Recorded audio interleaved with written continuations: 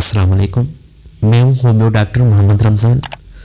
आज हम बात करेंगे एसिडिटी तेज़ाबियत के बारे में, एसिड रिफ्लेक्स डिजीज़ के बारे में कि एसिड रिफ्लेक्स डिजीज़ क्या है, इसकी अलामात क्या हैं और इसका इलाज क्या है। ये वीडियो देखने के बाद आप इसके बारे में मुकम्मल जान सकेंगे कि यह बीमारी क्यों होती है और इससे कैसे बच सकते हैं।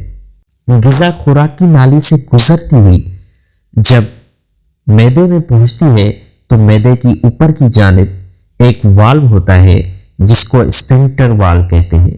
यह वाल्व सिकुड़कर मैदे का रास्ता बंद कर देता है ताकि मैदे में मौजूद गैस्ट्रिक एसिड अंदर ही रहे, खुराक की नाली में ना आ सके। आमतौर पर यह एसिड मैदे में तकरीबन रोजाना 1.5 लीटर यानी 1.5 लीटर बनता है, जो खुराक को हजम करने के लिए इंतहाई अहम होता है। लेकिन बाज़ दफा ये एसिड गैस्ट्रिक ग्लैंड्स की खराबी के बायस अगर जरूरत से ज्यादा बनना शुरू हो जाए तो इसको हाइपर एसिडिटी या तेजाबियत का बढ़ जाना कहते हैं।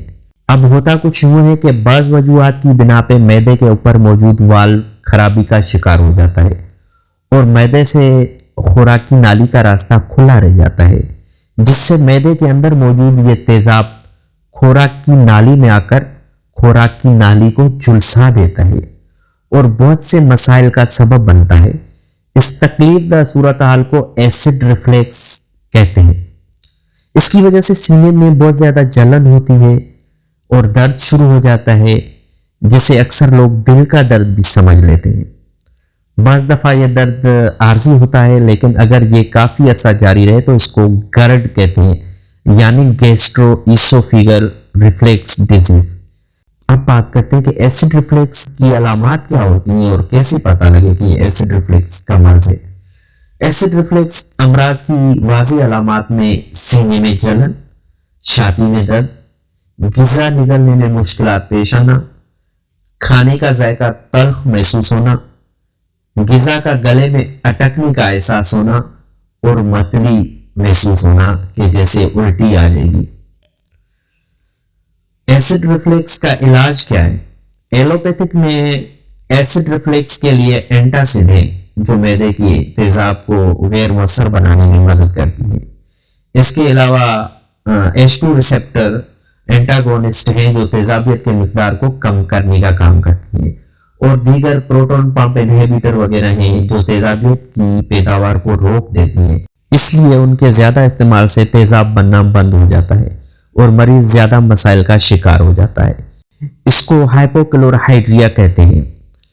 एसिड रिफ्लेक्स का नेचुरल इलाज यह है कि नेचुरोपैथ में वैसे तो फ्रूट्स और वेजिटेबल्स और सीड्स वगैरह अल्कलाइन ही होते हैं और कुदरती तौर पर यह हाइपर एसिडिटी को कम करती है और एसिड रिफ्लेक्स से रिलीफ देती हैं, और साथ ही साथ बहुत से फवायद भी हासिल होते हैं, क्योंकि प्रोटॉन पंप इनहिबिटर हो या एंटासिड हो या फिर H2 रिसेप्टर ब्लॉकर हो, उन सब के बेशुमार साइड इफेक्ट्स भी होते हैं जो बादिज़ा मुख्तलिफ बीमारियों का सबब बनते हैं।